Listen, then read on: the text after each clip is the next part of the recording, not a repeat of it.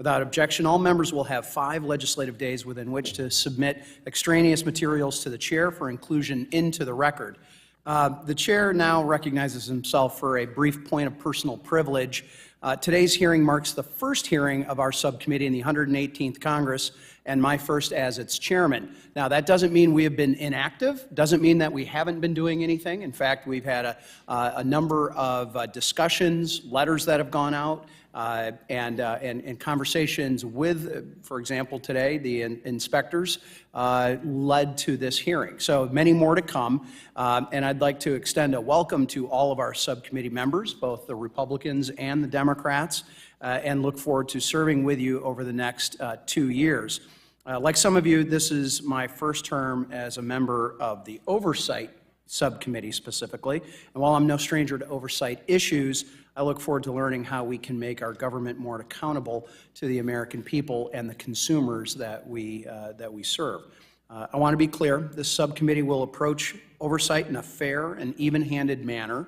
That being said, I will not hesitate to use my authority as chairman to hold regulators accountable, and I certainly am not going to shy away from topics that might be sensitive or frankly uncomfortable to either side of the aisle. I think that is part of our duty.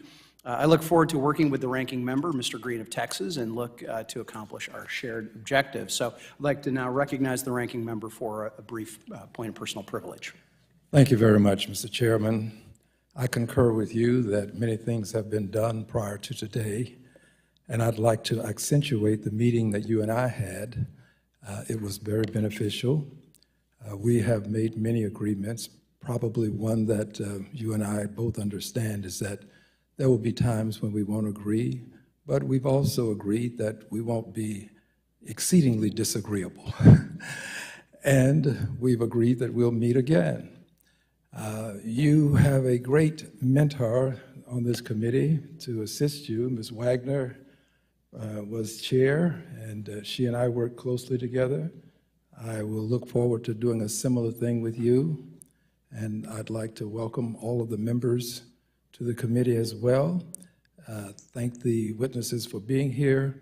And Mr. Chairman, without question, reservation, or hesitation, I'm convinced that there will be something that you and I will be able to work on together. And I look forward to doing that thing, as well as many others. I yield back. The gentleman yields back, and I appreciate that. I now recognize myself for 5 minutes to give an opening statement. Today's hearing is entitled, Holding the Biden Administration Accountable for Wasteful Spending and Regulatory Overreach. Oversight of the executive branch is a vital check on the president's power, regardless of who occupies the Oval Office. In fact, I had a mentor in my first couple of terms from Michigan, the Lion of the House of Representatives, John Dingell, who taught me a number of things. One was the tyranny of the vote, which is what we just experienced earlier. Doesn't matter what plans you have, doesn't matter who you're with or where you're at, when they ring the bells, we have 15 minutes to go and do our constitutional obligation on the House floor. So that's, we're delayed a couple of minutes because of that. But the other is oversight. And in fact, I decided I was just going to look up a simple definition of oversight. And this was what popped up on Wikipedia, of all things. Congressional oversight is oversight by the United States Congress over the executive branch, including the numerous U.S. federal agencies. Congressional oversight includes the review, monitoring, and supervision of federal agencies, programs, and activities, and policy implementation. If it's good enough for Wikipedia, it should be good enough for us in this committee to know what our lane is here, and that is to make sure that we are holding those in the administration accountable. The inspectors general before us today represent 4 agencies who touch nearly every part of our financial system. The work done by your offices is paramount to make sure that these agencies stay within the bounds Congress established for them. In recent years, these regulators have pushed those limits, leaving Congress with little or no recourse. In fact, I would argue that there's no better example than the Bureau of Consumer Financial Protection, also known as the CFPB. Over a decade ago, as a response to the great financial crisis, Congress created the CFPB as an agency charged with protecting consumers.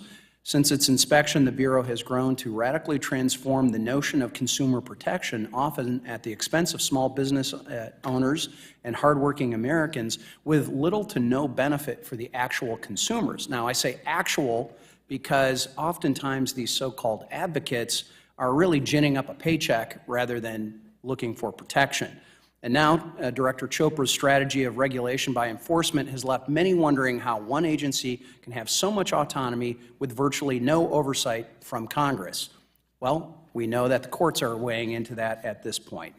Mr. Bielek, you've led a staff that has the difficult job providing independent oversight and investigations into two governmental agencies, both with very different missions, but equally consequential into today's financial system.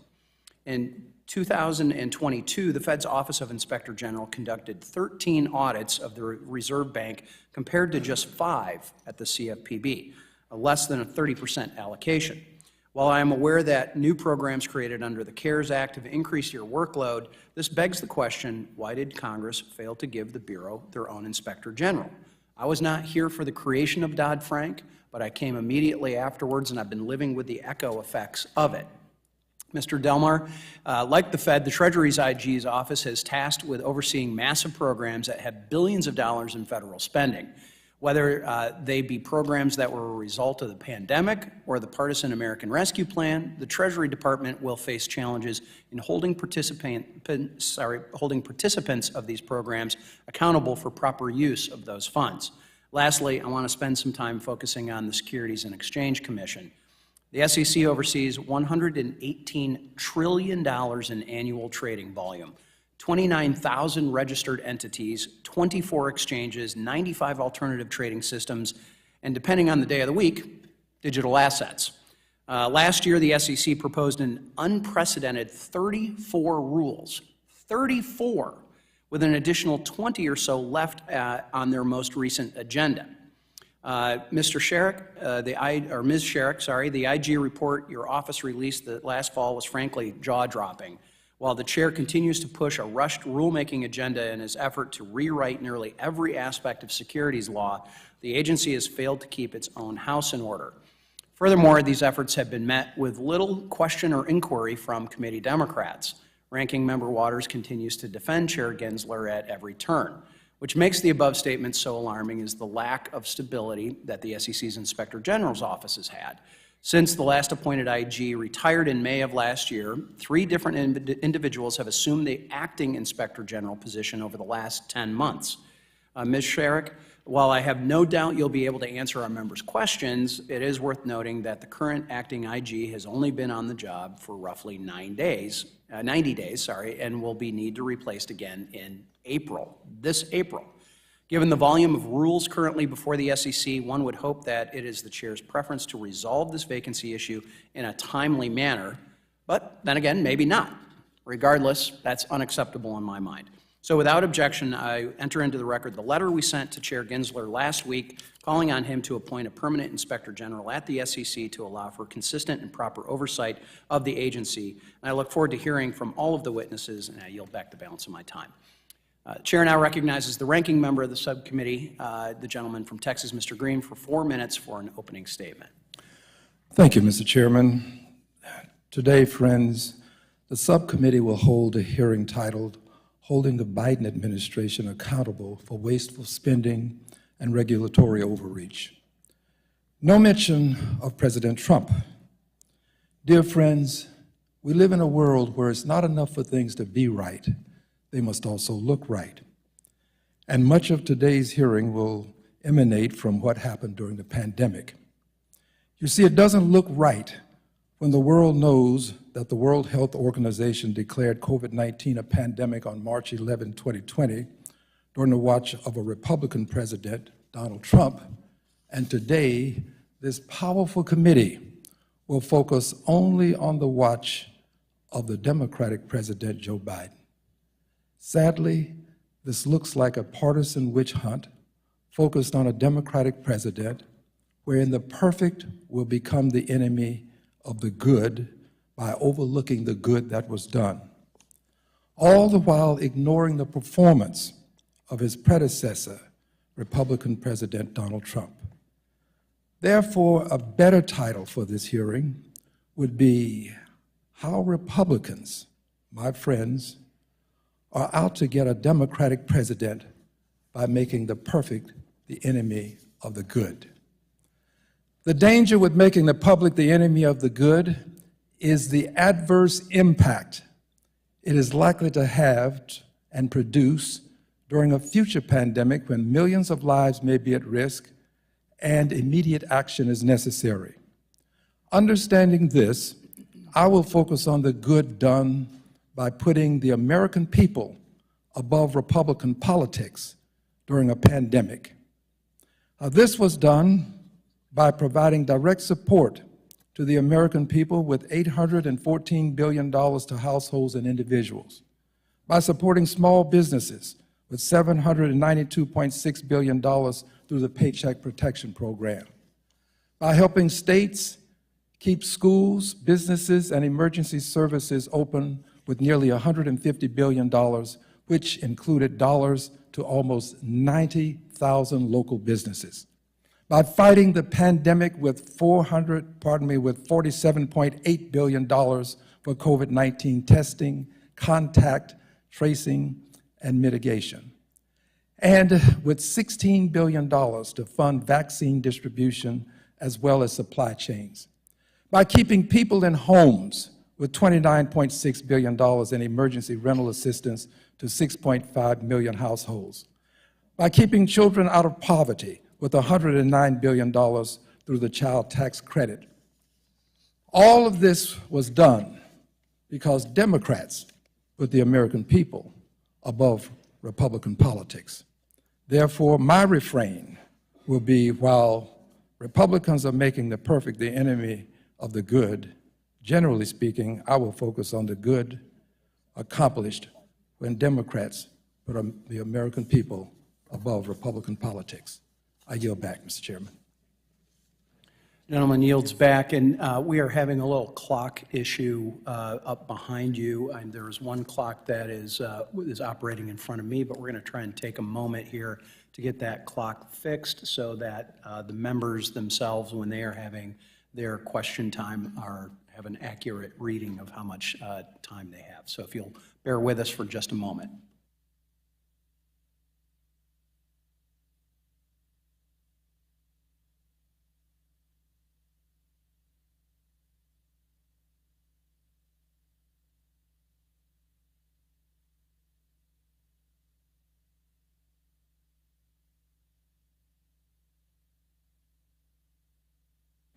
You're going to give it a test run? Oh, there we go. Let's count down. All right, let's reset that to 5. And we'll turn to the testimony of our witnesses today. So today we welcome the testimony of Mark Bielek. Mr. Bielek is the Inspector General of the Office of the Inspector General for the Board of Governors of the Federal Reserve System and the Consumer Financial Protection Bureau. I will note that earlier today, seated right down there, was Chair Powell, who I believe it was Mr. Rose who had asked about some of that interplay in between the Fed and the Board of Governors and the CFPB. Mr. Bielek, for over 40 years, has been an Inspector General in that community at least, and has that experience. He previously served in numerous capacities at the U.S. Environmental Protection Agency, the Department of State, and the Department of Commerce, all in the Office of Inspector Generals. As the Board and CFPB IG, he serves as a member of the Pandemic Response Accountability Committee. Richard Delmar is the Acting Inspector General of the Department of Treasury, Office of Inspector General. He has served as Deputy Inspector General and Counsel and as a Media and Legislative Liaison and Whistleblower Program Coordinator at the Treasury OIG. Prior to the Treasury OIG, Mr. Delmar served on active duty in the Navy JAG Corps and as a trial attorney in the Department of Justice Tax Division. Sir, we thank you for your service to our country. Mr. Delmar is also a member of the Pandemic Response Accountability Committee and chairs the Council of Inspectors General on Financial Oversight. Rebecca Schierick. Ms. Schierick has served as the Deputy Inspector General for Audits and Evaluations of the SEC, since January of 2014. Last year, she served as the Acting Inspector General, excuse me, following Mr. Carl Hawker's retirement. Ms. Sherrick is active in the federal oversight community and chaired a subgroup of the Council of Inspectors General on Integrity and Efficiency, Enterprise Risk Management Working Group. So we thank each one of you for taking time to be here today. Each of you will be recognized for 5 minutes to give an oral presentation of your testimony, and without objection, each of your written statements will be made part of our permanent record. So, Mr. Bielek, if you would please go ahead. You are recognized for 5 minutes for your oral remarks. Thank you, and good afternoon, Chairman Huizenga, Ranking Member Green, and members of this subcommittee. I'm Mark Bialek, the Inspector General of the Federal Reserve Board and the Consumer Financial Protection Bureau. I very much appreciate the opportunity to discuss our oversight of the board and the CFPB. Independent, objective oversight is just critical for ensuring government agencies work efficiently, effectively, abide by the law, the regulations, the rules, and practices that govern them. Such oversight work is, of course, also vital for maintaining public trust and confidence in government institutions. Toward that end, over the last 5 years, we have issued 108 audit and evaluation reports. 61 of those reports focused on the board and included 175 recommendations for improvement. 47 of those reports focused on the CFPB and included 122 recommendations. To provide the most effective oversight, we consider a number of factors when we plan our discretionary work. We look at levels of risk within a program or operation and areas that we see as major management challenges. As risk areas shift over time, we appropriately adapt our work to address those changing conditions. The result is that the balance between our board and CFPB workload will fluctuate from time to time. Our board and CFPB audits and evaluations cover a broad area. In 2021, we identified several major management challenges facing the board, including pandemic response, emergency lending facilities, design and implementation, organizational governance and enterprise risk management, and information security and cybersecurity oversight at supervised financial institutions. We also identified major management challenges facing the CFPB, including information security, supervision and enforcement strategy, and managing consumer complaints. We're currently updating our management challenges for 2023. In addition, we have other ongoing work covering the board's and Reserve Bank's ethics programs pertaining to personal investment and trading activities, the CFPB's process for conducting enforcement investigations, and the CFPB's effectiveness and timeliness in responding to consumer complaints. Details on these projects are contained in our publicly available work plan, which we update quarterly. We also conduct investigations into possible violations of law, regulation, or policy. Matters that we often investigate include bank fraud, employee misconduct, ethics violations or conflicts of interest by agency officials, leaks of protected information, and waste or mismanagement of funds or government resources. Since the start of the pandemic, we have dedicated significant resources to investigating potential fraud related to the board's emergency lending facilities. Over the last 5 years, we have closed 170 investigations, leading to 116 convictions and $4.4 billion in financial actions. We opened a total of 141 pandemic response-related cases, 37 of which are now closed, resulting in 62 convictions. So in conclusion, I am so very proud of the breadth of our oversight work, especially given the challenges posed by the pandemic. Congress is a key stakeholder for us, so we, of course, always welcome your feedback on risk areas that you see facing the board and the CFPB. This concludes my statement, and I'd be pleased to respond to your questions. Thank you, Mr. Bielek. We appreciate that. And Mr. Delmar, you are now recognized for 5 minutes for your oral remarks. If you could make sure that the button is hit and then that microphone's a little closer to you, if you could. Thank you, Mr. Chairman, Ranking Member Green, and members of the subcommittee. Rich Delmar, the acting IG for the Department of the Treasury, and I appreciate the opportunity to talk about the oversight work that we've done on the many programs that Treasury is responsible for. I'll also discuss at the end, if I have time, I understand the committee has an interest in some of the work we're doing with respect to FinCEN. Treasury has responsibilities under all 3 of the major pandemic statutes that have passed since 2020. And its responsibilities have expanded because of that. They've been responsible for dispersing over $650 billion to a large universe of recipients, governmental organizations, businesses, and many others. We have oversight responsibility for 12 of those programs, and I'm going to talk about 4 of them today where we have found concerns about improper payments, instances of fraud and question costs, and internal control concerns. The programs are the air carrier payroll support programs, the original coronavirus relief fund, the emergency rental assistance programs, and the state and local fiscal recovery fund. To put all of these in context, I want to mention a couple of concepts that are key to the work we do.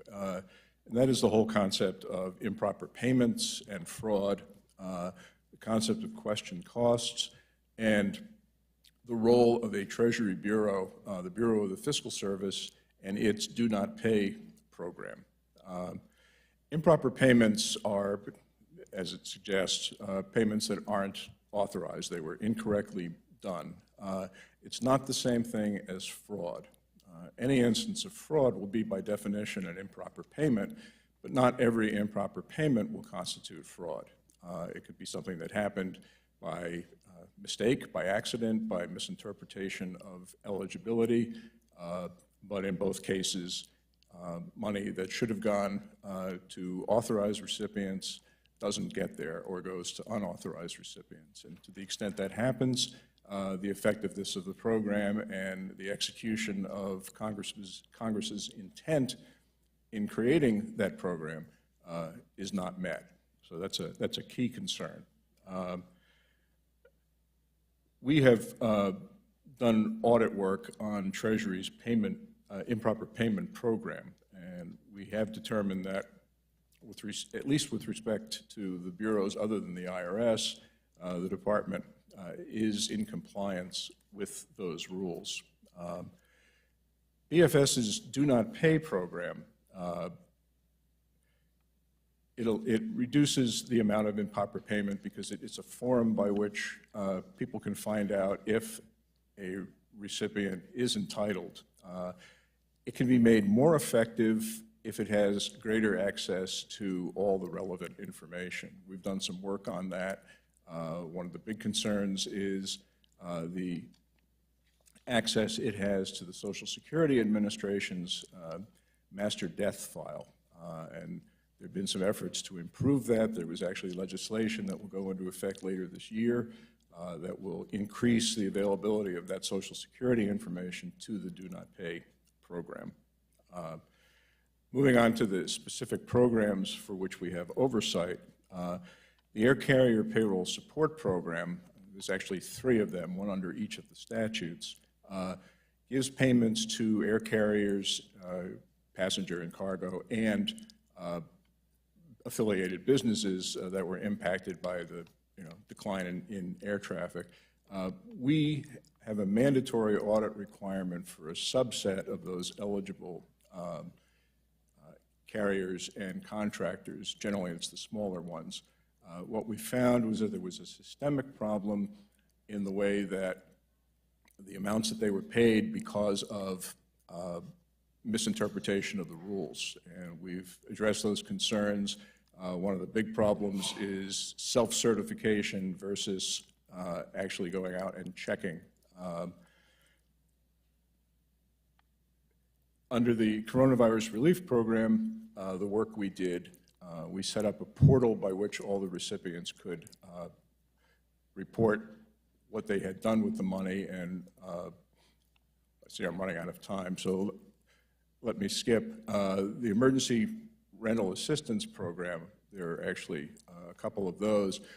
We are getting a lot of complaints about how that works, and we've actually set up a specialized team to process those complaints and, you know, get caught up with the problems that are being reported to us about that. And we will look at those as appropriate. Lastly, I just wanted to mention the FinCEN work that we're doing. We have a series of related audits dealing with how FinCEN manages its bulk data provision program.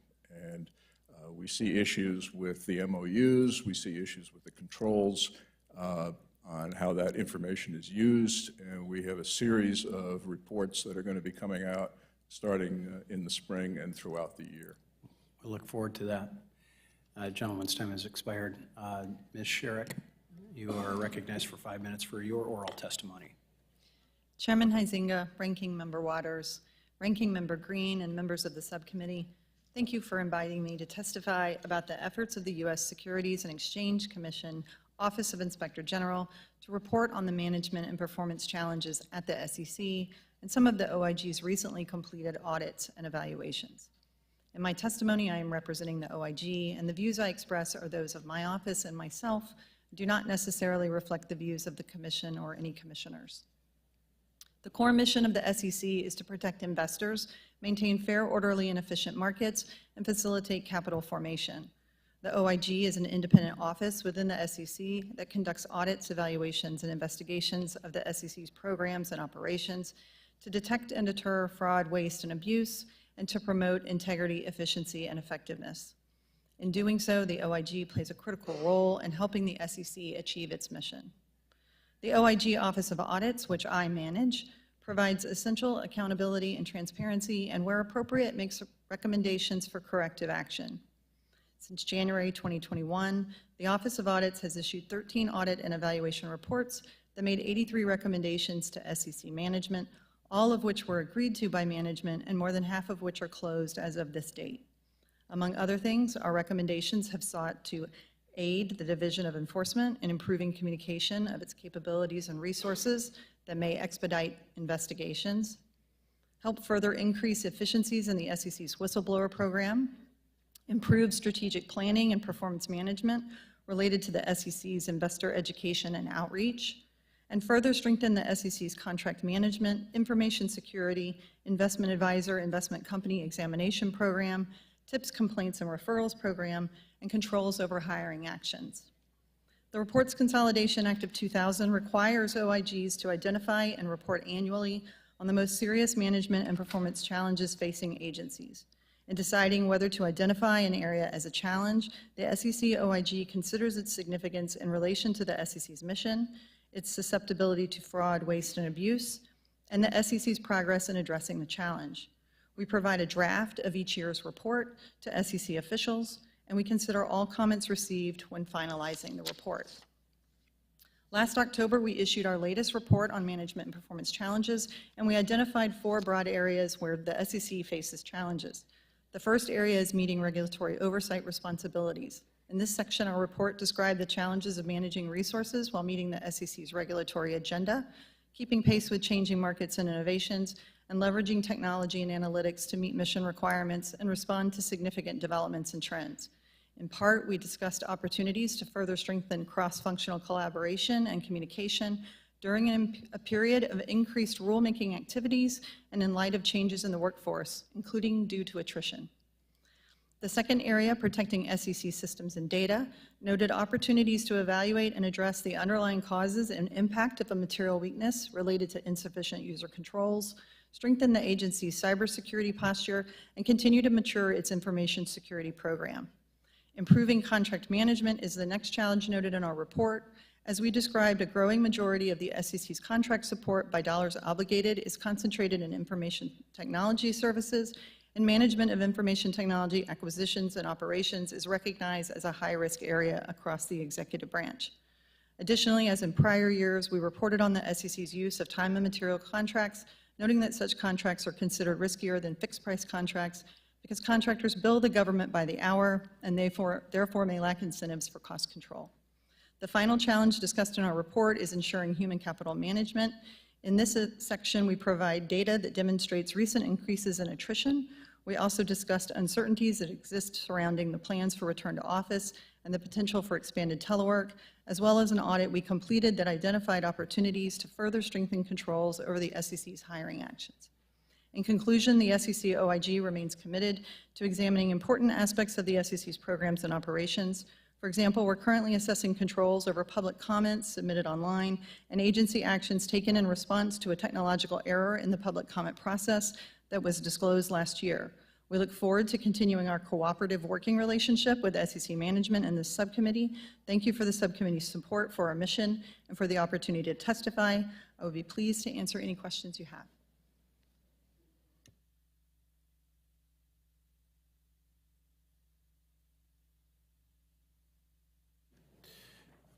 Thank you, and sorry, we're having a little bit of a clock issue, but I think we are doing okay, and have that taken care of at this point. So with that, we're going to now turn to member questions, and the chair recognizes himself for 5 minutes for questioning.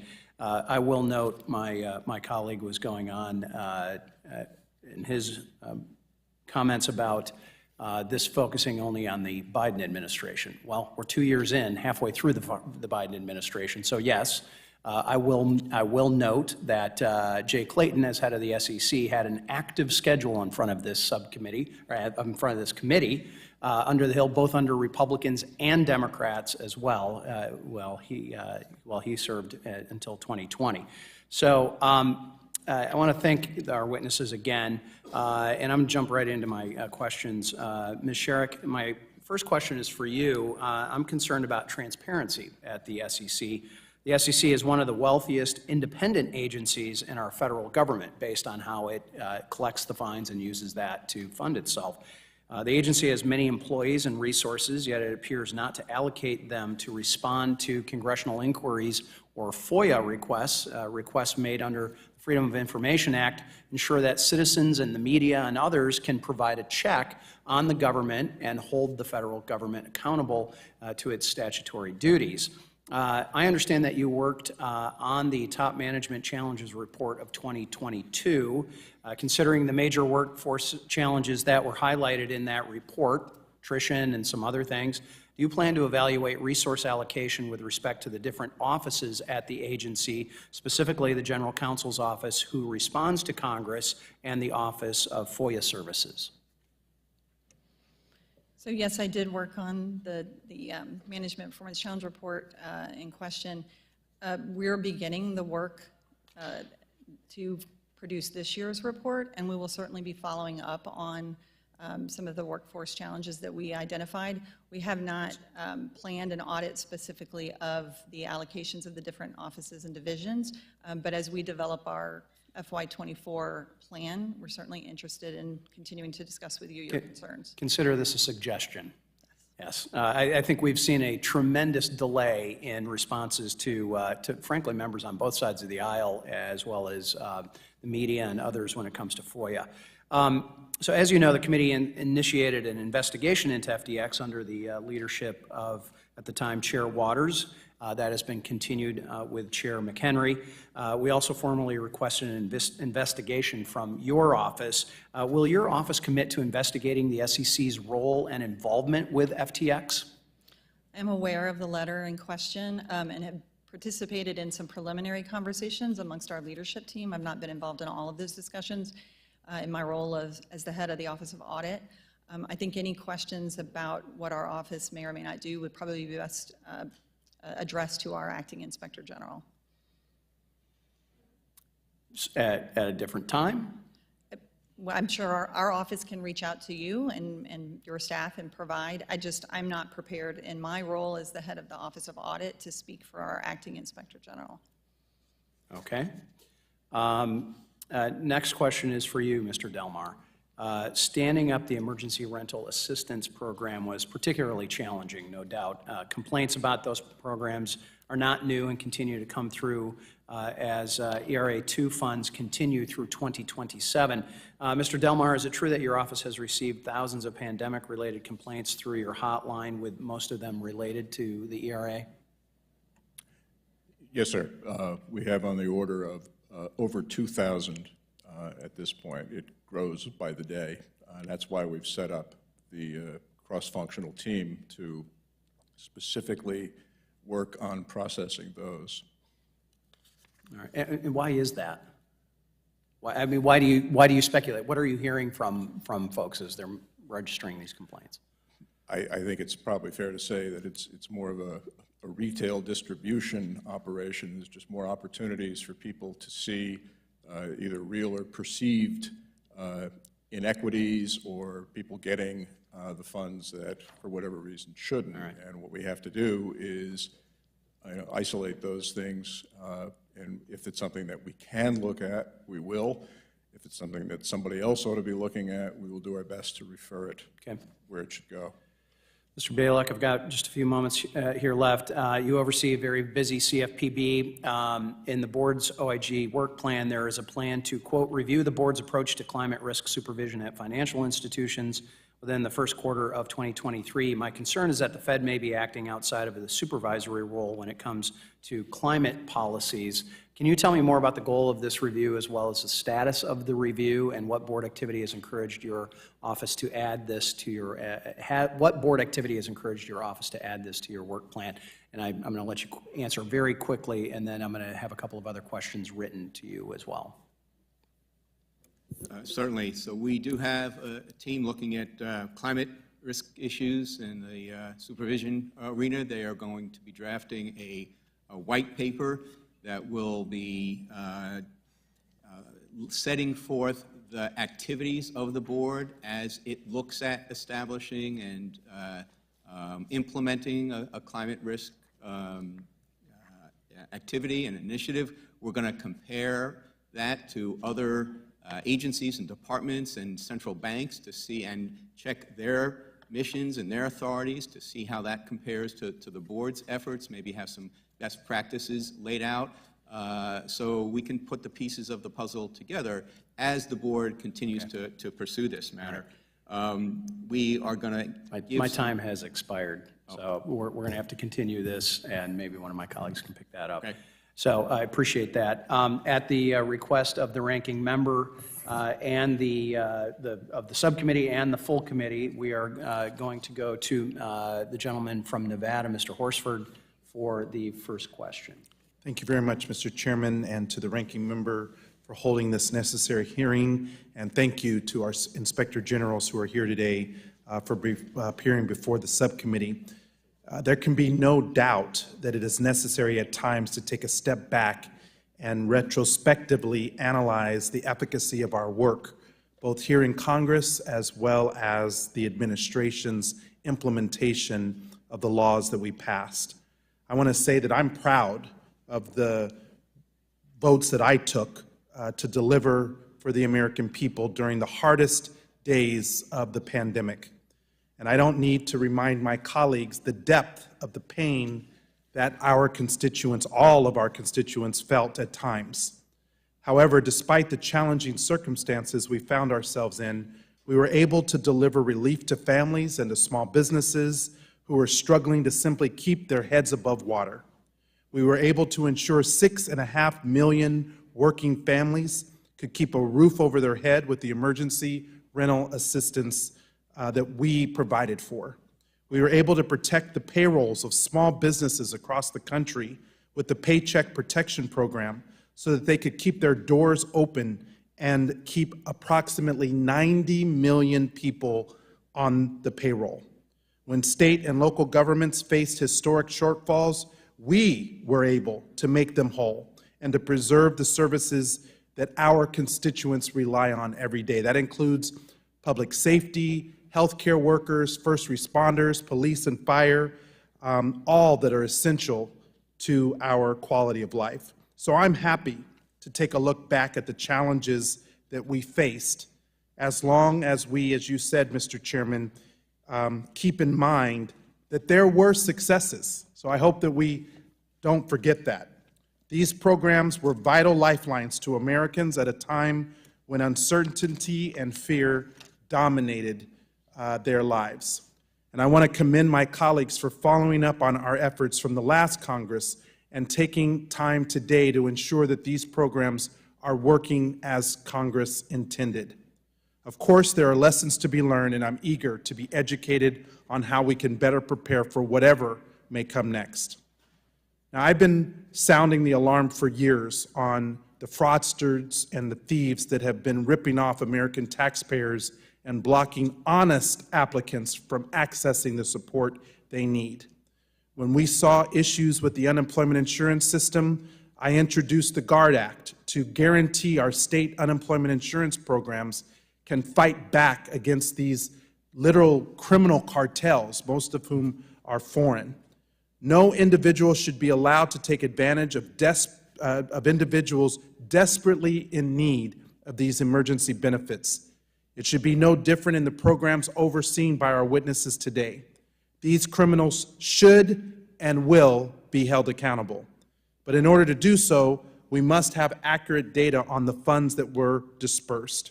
So, Mr. Delmar, I understand that multiple programs under Treasury's jurisdiction, including the Emergency Rental Assistance Program, have had various reporting and compliance delays that have impeded monitoring and audit activities. Would you please speak to how these delays may inhibit the department's ability to identify and eliminate fraud? Generally speaking, Congressman, a lot of the problem was delays by the department in setting up how the programs were actually going to be operated and putting together the guidance so that people who were applying had a clear idea of what was eligible and what was not.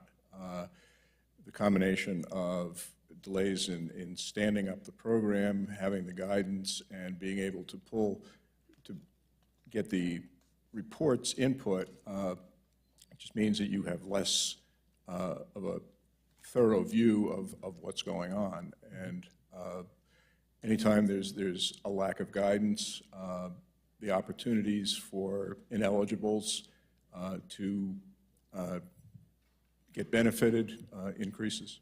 Okay. I'm going to follow up with this last question. I'd like to ask you to respond in writing, but I'm concerned about the implementation of the community development financial institutions and the minority depository institutions and the funds that we need to ensure are getting to the marginalized and underserved communities. So if you would please respond in writing to the question that I will submit for the record. And with that, I yield back. Gentleman yields back.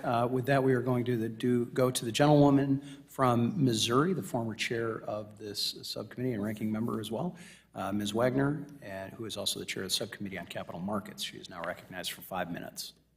I thank you, Chairman Huizinga. Ms. Sharek, the SEC Inspector General's report on the SEC's management and performance challenges from last October.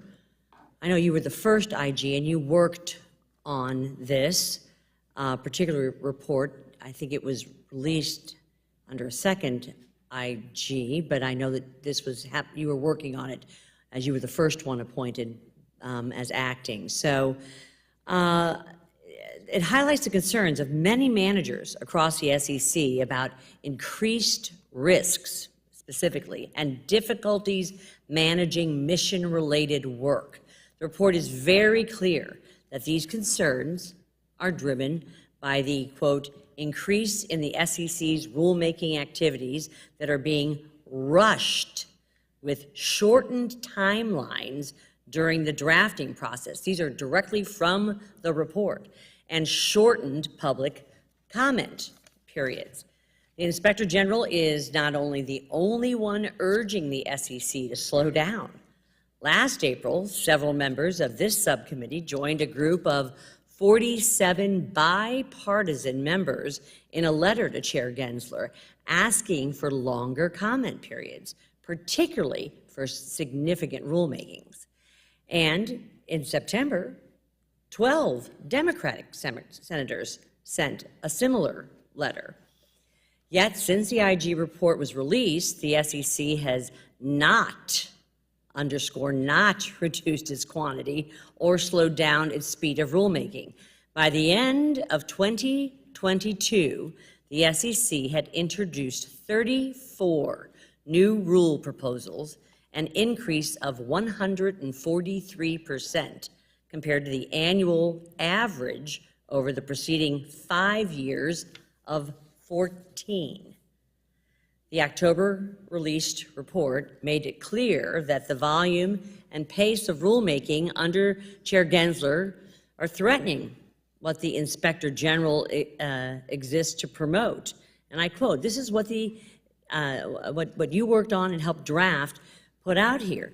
Quote, the integrity, efficiency, and effectiveness of the critical programs and operations of the SEC. Ms. Sherrick, with such short comment periods, are managers concerned that the Commission is not getting the data they need from all stakeholders? Some of the folks that we met with in some of the rulemaking divisions did express that there may be some increased risk there, and we felt, given the role that individuals that we met with and their experience, that it warranted inclusion in the major management and performance challenges. Increased risk, I agree. What other tools does the Inspector General have to address the management problems stemming from the SEC's regulatory agenda? So certainly, as you know, we will revisit these issues, and we're starting to work on and gather our staff together. This month was typically when we'll begin efforts to draft this year's report. So we will be following up on each of the issues that we addressed. Certainly, we have audits and evaluations that my office performs, and then investigations from the Office of Investigations as well.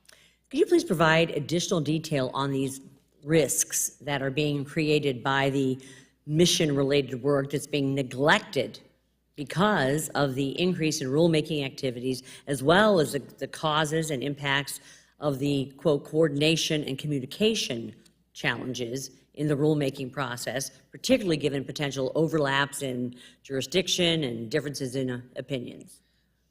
I don't have any specific risks to any specific activity that I can offer to you.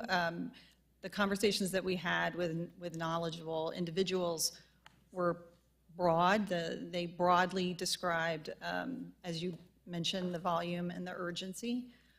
So nothing, I don't have anything more specific. It did say, though, that mission-related work was being neglected. Is that correct? I don't know that we use the word neglected. Yes, you said mission-related work that was causing risks. So generally, as I said, we did not have any specific details that were provided to us. Do you anticipate that the IG will be following up on these issues, given that they impact the Commission's ability to meet its mission, including protecting investors? That the IG's office will follow up? Yes, absolutely. Great, thank you. And Mr. Chair, before yielding back, I'd like to have it submitted to the record the fact that Secretary Gensler has not appointed a permanent IG after over 2 years in the job. I'd like to say in the record, and that what he is doing is every 180 days putting in a new acting. I think this is a way to thwart Congress and our oversight, and so we can't actually talk to an IG who's permanent. I'd like that placed in the record. Thank you. Gentlelady's time has expired. That has been noted, and the letter requesting that the Chair Gensler appoint a permanent IG has been sent as well. With that, the chair now recognizes the gentlewoman from California, the ranking member of the full committee, Ms. Waters, for 5 minutes.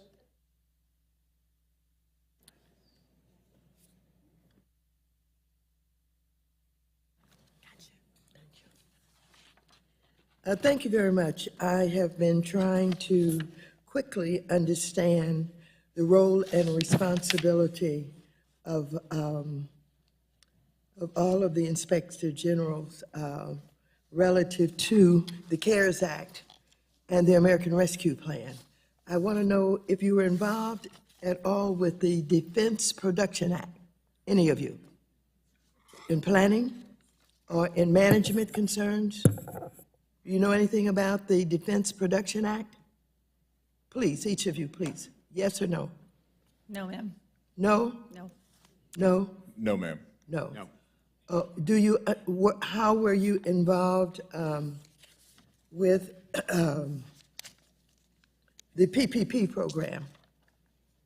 Any of you know anything about the PPP program? It is not within Treasury OIG's oversight jurisdiction. But you had the responsibility for basically planning, as I understand it. What were you planning?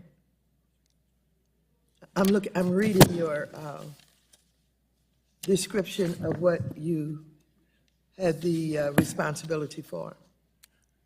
Our oversight responsibility is for the original Coronavirus Relief Fund, the Emergency Rental Assistance Programs, the air carrier programs, the state and local fiscal recovery fund, the CDFI Rapid Response Program, the Emergency Capital Improvement, the CERTS program, which deals with other transportation entities, and an extension of the old SSBCI program.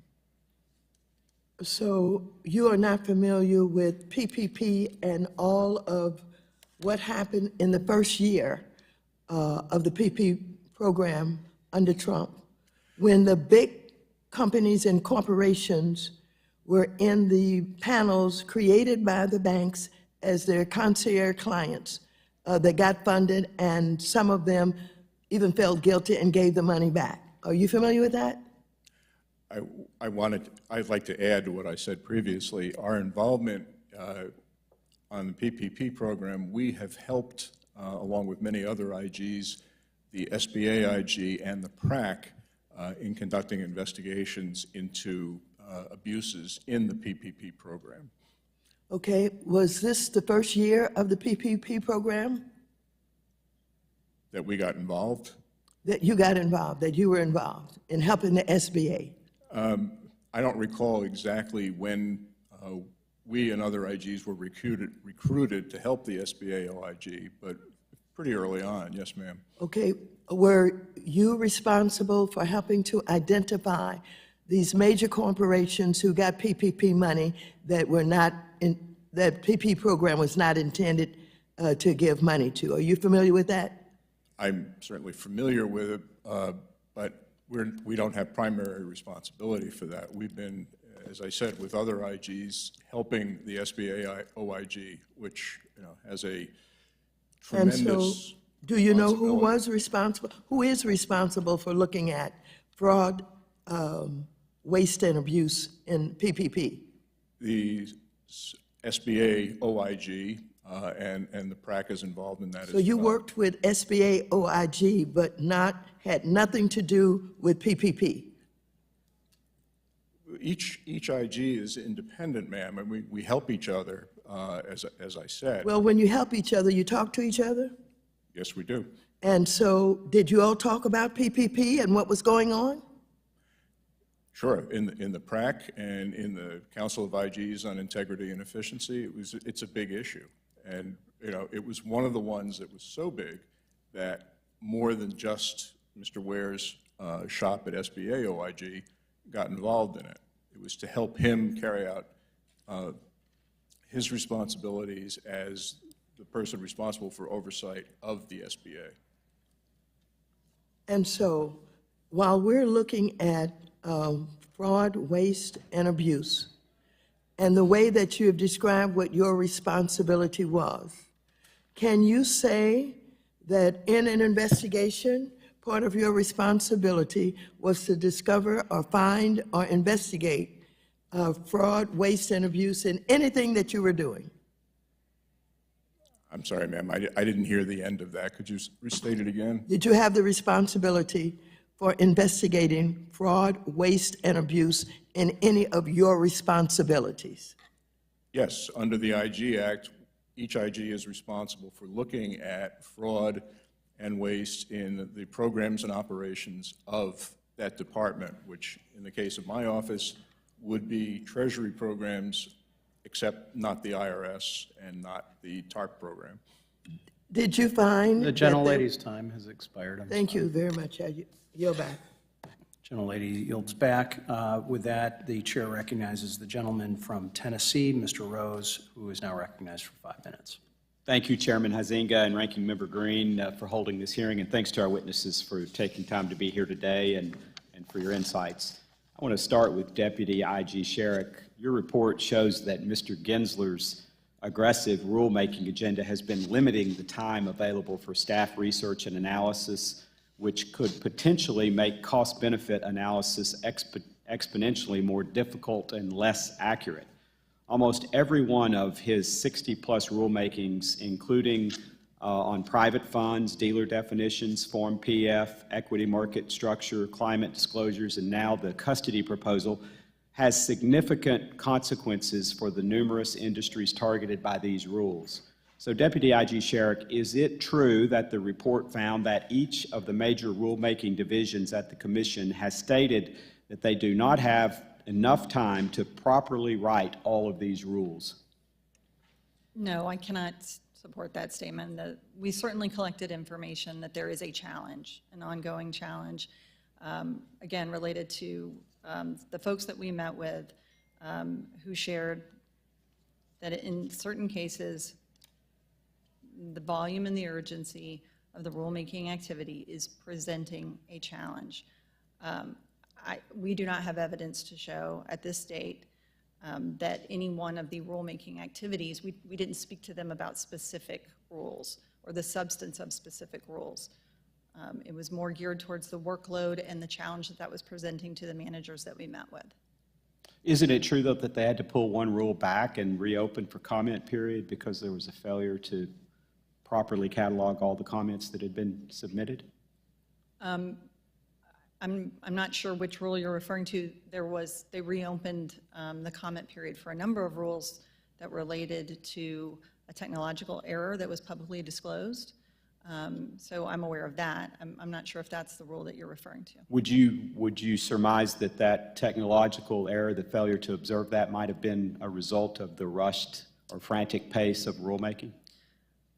My office is looking into the technological error, and we plan to hopefully be able to provide a public report on that by the end of this month.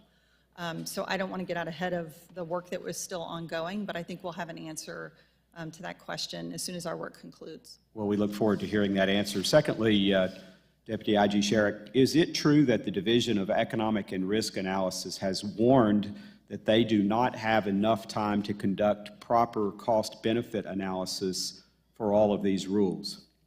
I'm not aware of that specific warning. Has the agency shown any attempt or awareness with regard to perhaps slowing down or reassessing the process based on the IG's recommendations? In other words, do they seem to be listening to the report that you've put forward? Well, as has already been stated in this hearing by the numbers, the numbers continue to increase throughout the remainder of last year. We will certainly continue engaging with the agency to determine what they may have done with respect to our management performance challenge. Unlike an audit report where we have an actionable recommendation that we ask them to respond to and then we assess their performance, this report was informational to them to take for the action deemed necessary. So again, we'll be continuing to follow up to see exactly what they may have done. Sounds sort of like a damn the torpedoes, full speed ahead policy there. IG Bielik, I asked earlier this morning Chairman Powell about the Fed's oversight of the CFPB's budget request, and he told me that you would have the answer. So I hope that you have the answer, or I guess I will have to go back to him. So the question, IG Bielik, is, does the Federal Reserve Board perform any due diligence of the CFPB's claims about its budget, or any verification of the budget requests and whether they comply with statute? Well, Congressman, we conducted a review actually based on a request from Congressman Barr back in 2019, I believe it was. We issued a report in 2019 where we looked at exactly what the legal responsibilities were of the board and the Bureau when it comes to processing requests from the Bureau, CFPB, for their quarterly budget. We looked at both the CFPB's responsibilities to provide information to the board. We looked at the board's responsibilities under the law for what it is they were required to do in processing those requests. We determined that they both abided by those statutory requirements that were in Dodd-Frank for that purpose. We did find there was some failure to report to Congress some information about those budget requests. I think for 2 or 3 years they fixed that and started reporting them as they were required to do. But other than that, they both were upholding their legal responsibilities under the statute. Thank you. I yield back. Gentleman's time has expired. With that, the chair recognizes the gentlewoman from Texas, Ms. Garcia, who is recognized for 5 minutes. Thank you, Mr. Chairman, and thank you to all the witnesses who are joining us today. Before I get to my questions, I would like to just point out as a point of personal privilege that this title is just really a misnomer and a misrepresentation of the essential and sensible pandemic and economic relief dollars that the Biden administration has provided to the American public. Wasteful spending, you know, it really was about saving lives, and that's what we should really be looking at. In Texas alone, $3.3 billion helped nearly 736,000 households pay their rent, and PPP funding helped over 209,000 businesses in Houston alone, while a deadly pandemic ravaged our nation. With that context, I also want to remind everyone that all these programs were passed and signed somewhere between April and May of 2020, and our president was not inaugurated till January 20th, 2021. So in fact, most of these programs were signed into law by the former twice impeached president, and more importantly, they were implemented by him.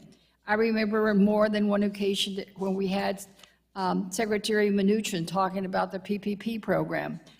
We had Secretary Carson talking about the housing assistance. So this whole misnomer, misinformation that it's all President Biden and all his fault, frankly, is just what we would call in Texas, well, I really shouldn't say that word, I'll just say bunk. It's just bunk. So Mr. Del Mar, I'm going to start with you. I'm just trying, frankly, sir, to get my head around what is it you really do. You first said, in response to one of my colleagues' questions, that you really didn't have any authority or did anything with the PPP program. But then when the ranking member of our committee asked you a question, you said, well, yes, we do, because we went in there and helped. So did you or didn't you not work on anything having to do with the PPP program? And do you agree with me that when you say that there was a problem with setting it up, it wasn't President Biden who set it up, that was set up back when it first got passed in the year before? Let me clarify, Congresswoman. Please do. Okay. We do not have primary oversight. No, I understand the word primary, sir, but you later said that you did because you went in there to help the SBA OIG. So did you or did you not review, audit any of the PPP loans? No, we were assisting more on the investigative side of individual cases involving instances of PPP fraud. So you did look at cases involving PPP fraud. Do you recall if those cases were before or after January 20th, 2021? I don't recall when our assistance started. No, I mean, when were the cases were involving loans between January 2021, before or after? I can get you an answer for that, ma'am. I don't want to give you incomplete or erroneous information now, so I will have to check our records. All right, so you're not familiar with any wage fraud or abuse of any of the PPP loans at all? Not in specific detail of specific cases. I mean, I can tell you generally. No, I don't want specifics. I just want to know whether you did or you didn't do any of it, because you're here testifying, and I'm trying to figure out who's supposed to talk about these things. Okay. Well, But that's all right, sir. I'll move on to Ms. Sherrick. Ms. Sherrick, 2 management challenges identified in the SEC OIG October 22nd memo are mentioned as being managing resources while meeting the regulatory agenda and implementing a program to effectively retain and recruit qualified staff to replace personnel loss due to attrition. Is it the case that the SEC OIG reviews and audits have established that there's a causal relationship between these two? No. There is not. Or does this report state that SEC faces 2 separate problems, an increased regulatory workload and an increase in the loss of personnel that combine increase the management and performance challenges confronting the SEC? It's true, we did not establish a causal relationship between those. We didn't attempt to, and we did not. Our view, as expressed in our report, is that there were 2 things occurring at the same time. There may be a relationship. We didn't look at that. We will review that in FY23 or in our FY23 work. But we did not establish the causal relationship. So you did not. You do just see it as 2 separate problems? Yes. All right. Well, thank you very much. I yield back. Gentlelady yields back. The chair recognizes the gentleman from Tennessee, Mr. Ogles, who is recognized for 5 minutes. Thank you, Mr. Chairman, to our witnesses. Mr. Delmar, I'd like to address some troubling information regarding Financial Crime Enforcement Network, FinCEN. FinCEN is the primary regulator of the Bank Secrecy Act and is charged with maintaining government-wide data. In your written testimony, based on audits from your office, highlight significant concerns with 4 aspects of FinCEN: suppression, user access, MOUs, and monitoring. Regarding suppression processes, are the processes being used by FinCEN sufficient to protect data? Not completely, sir. It's with many other situations, there isn't the regime of internal controls and follow-up that would be ideal. And that's, as I said, one of our reports, which will be issued later this year, will address the specifics of that. Yes, sir. And then I would request, we don't have enough time to go into the details, but any recommendations that you or our other witnesses might have to improve suppression processes, if you could submit those to the committee, I think that would be ideal. Mr. Chairman, I do believe you had a couple of additional questions, so I yield to you the balance of my time, sir. Thank you. I appreciate that. And Mr. Balick, at the very end of my questioning, you were starting to say something. We were kind of on a roll about the Fed's pilot climate analysis program. Does your office intend to review the nature of this? What we are doing is we are reviewing the board's process as it exists today to develop and eventually, presumably, implement some activity regarding climate risk. We will be laying out in our white paper what those activities, what that progress has been, how they've gone about doing it. And I think I was mentioning that we are going to be doing some benchmarking with other departments and agencies and central banks and comparing what others have done in the space to what the board has done and make any kind of key considerations available to the board as they continue to pursue this. I don't want to prejudge or predetermine the outcome of that white paper because it is in process right now. But that's the game plan. And I will say we decided to do this white paper because obviously this is a hot-button, controversial topic. We thought we were uniquely positioned to be able to kind of lay out the status of it, put the pieces of the puzzle together to explain to the public, it will be a public report, what has been going on and what the game plan is.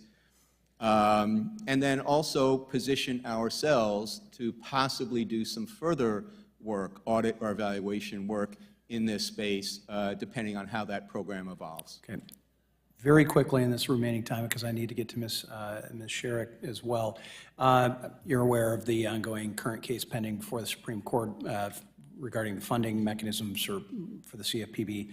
I noticed in your most recent inspector report on management challenges that they're even looking into the potential impact on the court's decision as to the constitutionality, and they aren't even subject to the lawsuit that the Fed. Is your office looking into this as well? And if so, what steps have you gone to take the process of review? Because the matter is going to be presented and will be pending before the Supreme Court, we have not gone ahead and done any assessment of the potential impact of a decision from the Supreme Court on the Bureau's, the CFPB's funding, because it depends a lot on the rationale, obviously which way they decide, but also on the rationale for any decision. Once we have that, we'll be in a better position to make that assessment. All right, might want to start thinking about it. All right, Ms. Sherrick, last week we learned that SEC employees will officially return to the office at the end of the month. According to reports, they'll be required to be in the office 2 days per pay period. That's twice a month is the pay period, so basically an average of 1 day a week.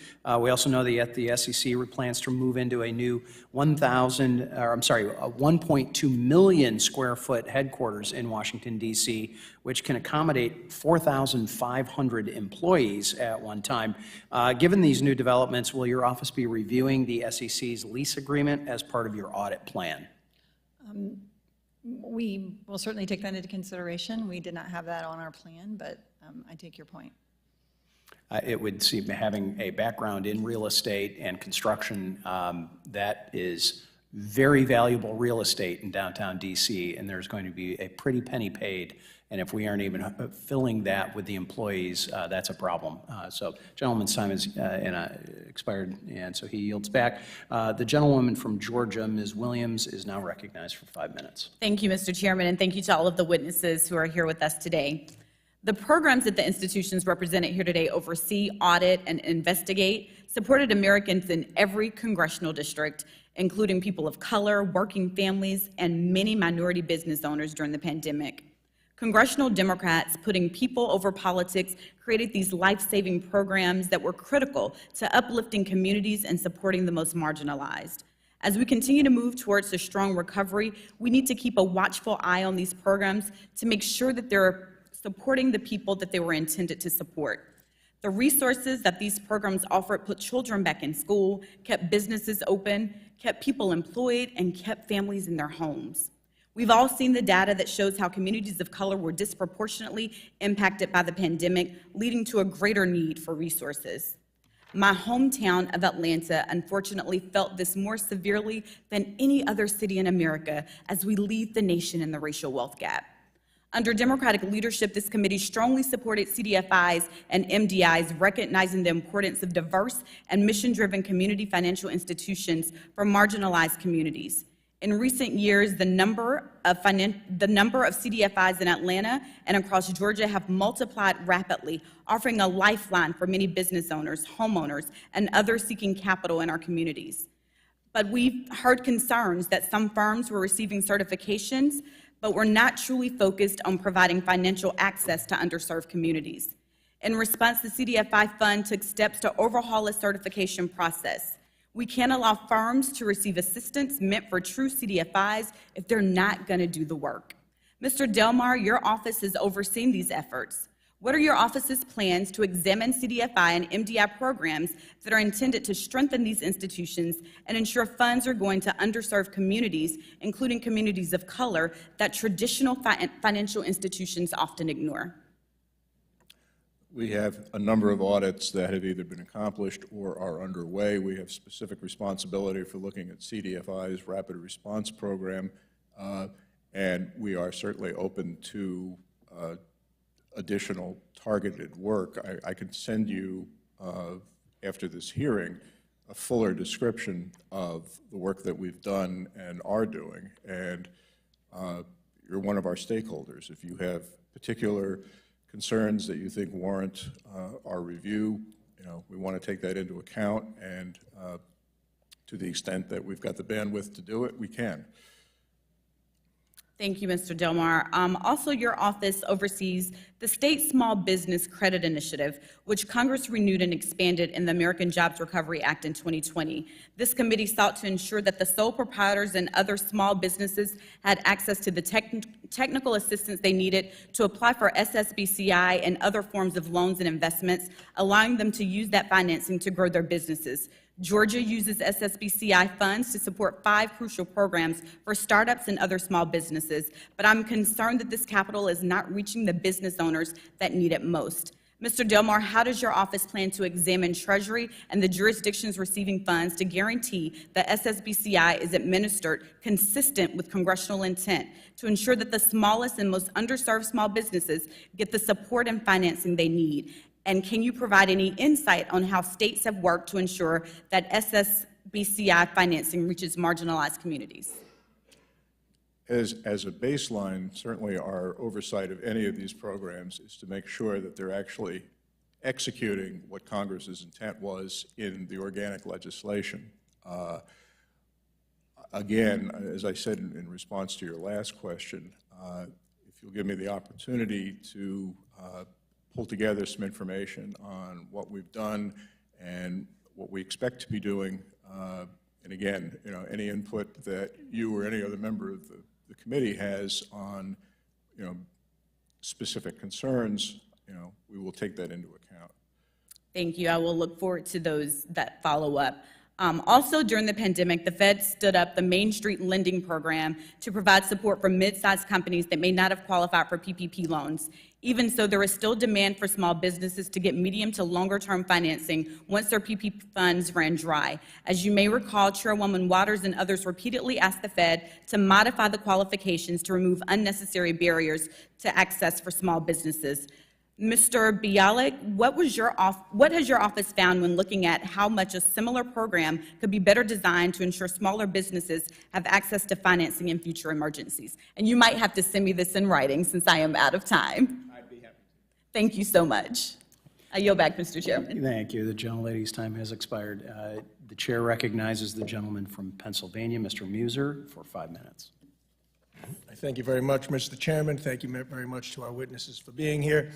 Ms. Sherrick, as the Deputy Inspector General at the SEC, would the SEC enforce ESG mandates which require investment banks or banks to renege on their fiduciary responsibility to their investors?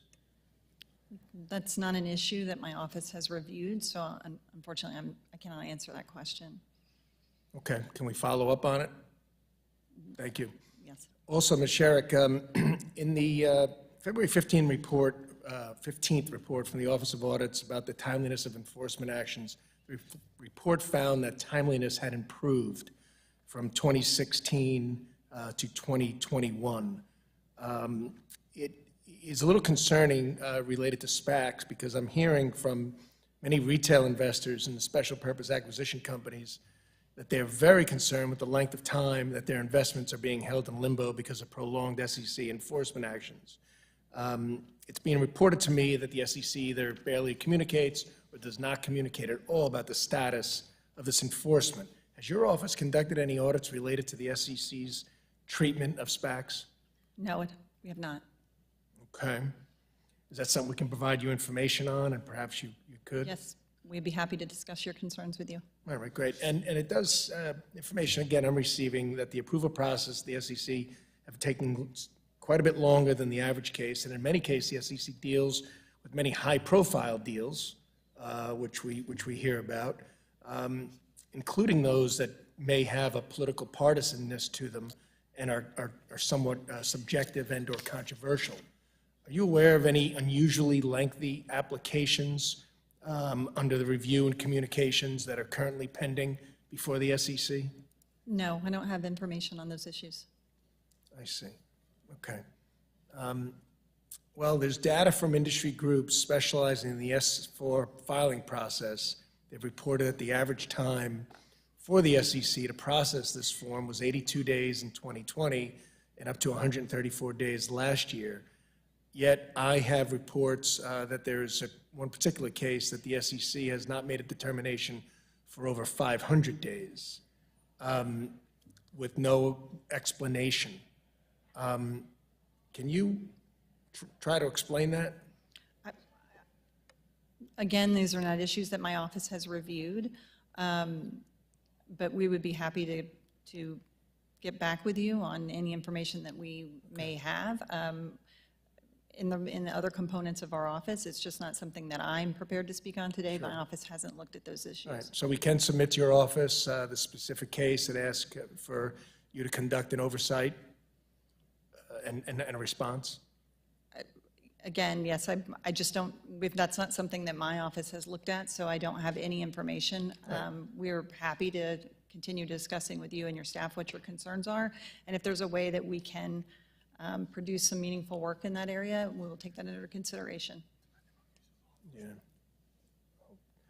All right, I'm going to yield to my colleague, Mr. Ogles, the remaining minute and a half that I have. Mr. Delmar, in 2018, the BPI conducted a comprehensive study to help determine if the resources bank put towards anti-money laundering compliance were providing law enforcement with useful data. BPI found that participating banks spent roughly $2.4 billion and employed roughly 14,000 individuals for AML regulatory compliance. Despite those high costs, BPI found that only 4% of suspicious activity reports and 0.44% of currency transactions warranted law enforcement follow-up. FinCEN has about 470 memorandum of understanding with law enforcement and intelligence components. Once an agency has been approved, what are the issues that you see with MOUs and continued compliance, and of course the financial burdens therein? The issues we see specifically with the MOUs is that many of them are very, very old. They need to be updated. It needs to be clear what the actual rights and responsibilities of the participants in the MOUs are. I mean, overall, sir, the problem is that FinCEN doesn't have as much control over what gets done with the BSA information once it's distributed, you know, what further uses it gets put to, and those are the nature of the findings that we've put together, that we've shared with FinCEN management, and that will be coming out in the reports later this year. Thank you, Mr. Delmar. Mr. Chairman, I yield. Gentleman's time has expired. At this time, the gentleman from Texas, the ranking member, Mr. Green, is now recognized for 5 minutes. Thank you, Mr. Chairman. I thank the witnesses for appearing today. And I'd like to, if I may, take a moment to talk just a bit about what occurred with the pandemic. In 2022, we surpassed 1 million deaths to the pandemic. I traversed the streets in Houston, Texas. No cars, or very few cars, very few vehicles on the street. Businesses were closed. Not all, a good many. People were concerned about paying the rent. They were concerned about paying their mortgages. People were afraid. It was a pandemic, a global shutdown.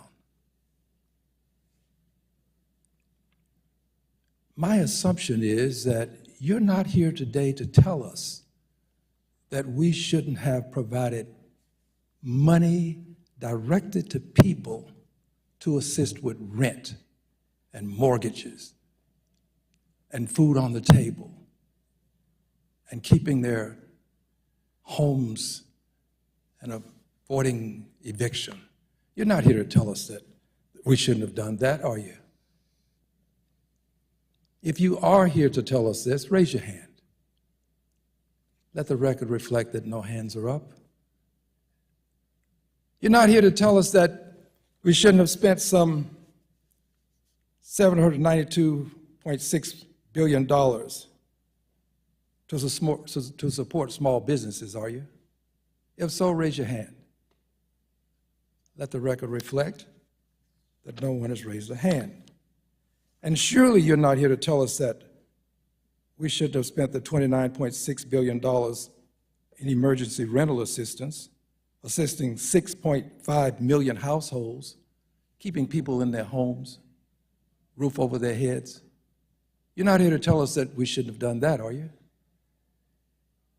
My suspicion is that the pandemic was something that we had to fight by spending money. I say my suspicion. It's a fact we did. We spent $47.8 billion testing, performing contact tracing and mitigation. You're not here to tell us that that was a bad idea, are you? If so, raise your hand. Let the record reflect that no one has raised a hand. Here's my point. I'm not going to allow the perfect to become the enemy of the good. There were many good things done, many good things. And many of us have been criticized as Democrats for doing these good things to protect the American people when we had a global pandemic.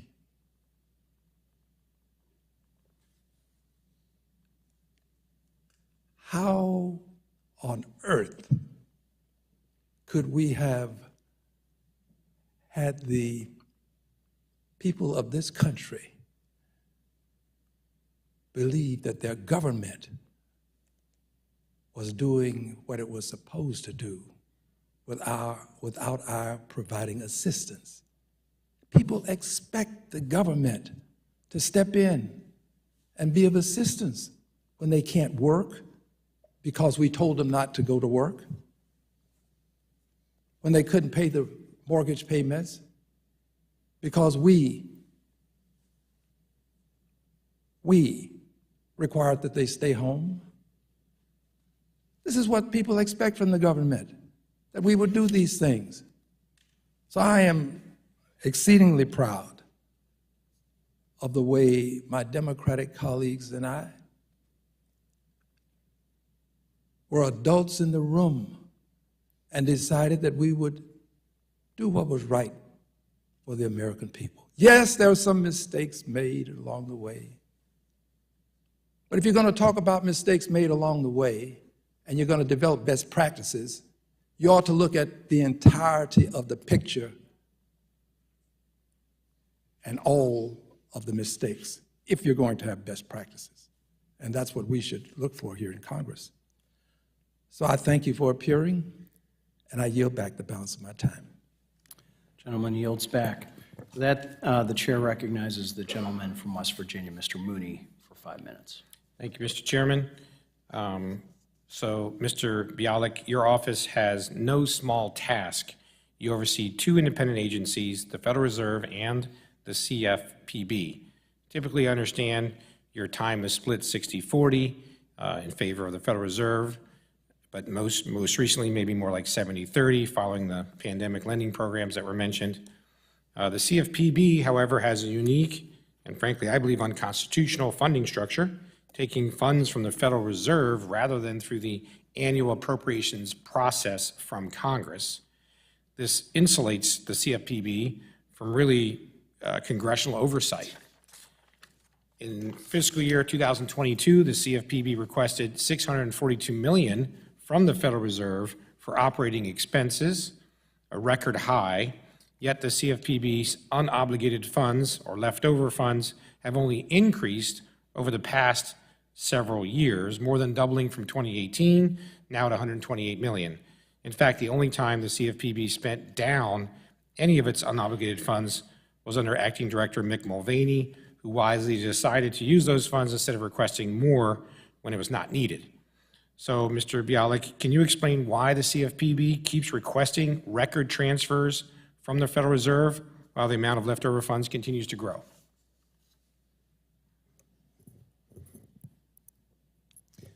We haven't done a deep dive into for example, financial statement analysis of how they handle their funds. If there are certainly some concerns about them having violated any statutory provision or a regulation, that's something we would be interested in hearing about, and we would follow up on. Okay, well, thank you. I would encourage you to look into that, not let this turn into some kind of a slush fund or a witch hunt organization under Director Chopra. And let's frankly hope the Supreme Court does the right thing by concluding their funding structure is unconstitutional. We can bring real accountability through Congress to that bureau as well. But Mr. Bialik, 20 agencies with similar or smaller operating budgets than the CFPB have a dedicated inspector general for each agency, not shared with other agencies. So how would you, I'd like some insurance. How are you ensuring that the CFPB has proper oversight?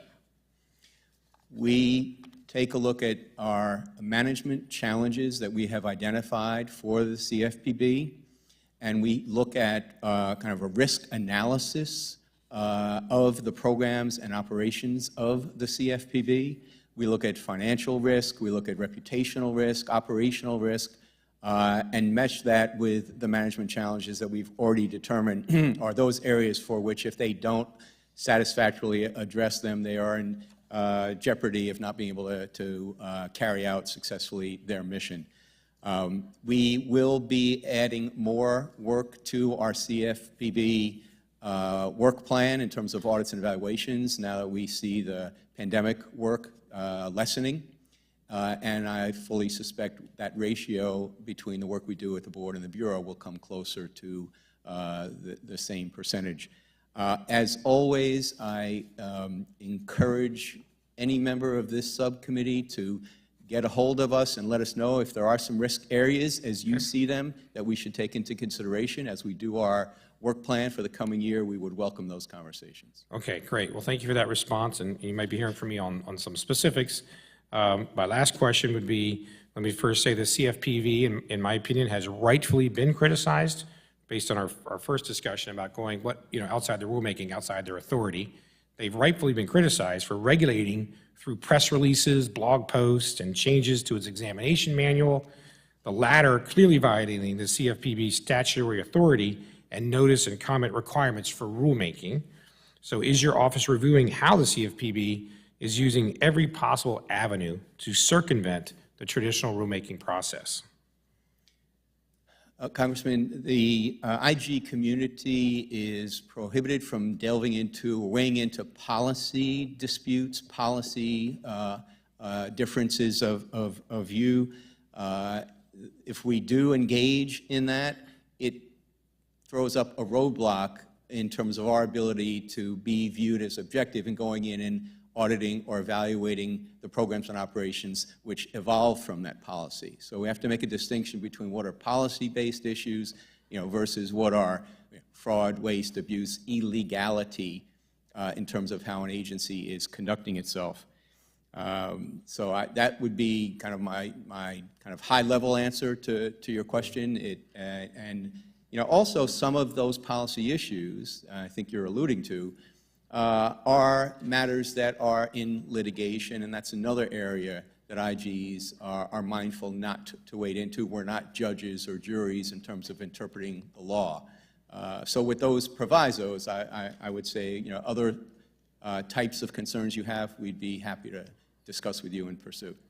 Okay, I think my time is Well, and I will note that the clock was frozen apparently at 44 seconds and then jumped to 9 seconds. So there was a pause there, so my apologies on that. With that, I'd like to thank the witnesses for their testimony today. And without objection, all members will have 5 legislative days within which to submit additional written questions for the witnesses to the chair. We will then pass those along to you, and we request that you respond to those as promptly as possible. And with that, I appreciate the participation from all my colleagues. Certainly, we appreciate the participation of our witnesses. And with that, this hearing is adjourned.